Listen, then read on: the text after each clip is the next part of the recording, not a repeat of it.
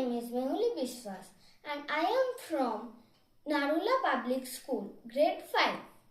Story: The Wise Parrot.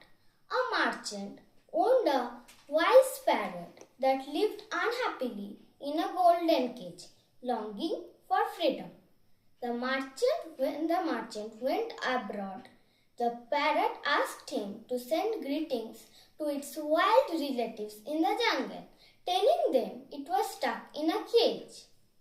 When the merchant told the greeting, one of the parrots fell dead from the tree. The merchant was shocked and regretted sharing the news. On his way back, he told his pet about the strange incident. The parrot understood the secret message and immediately fell dead inside its cage. Grieving for its lost pet, the merchant took out the dead parrot, out of its cage and placed it on the ground. Instantly, the parrot flew to freedom on a nearby tree.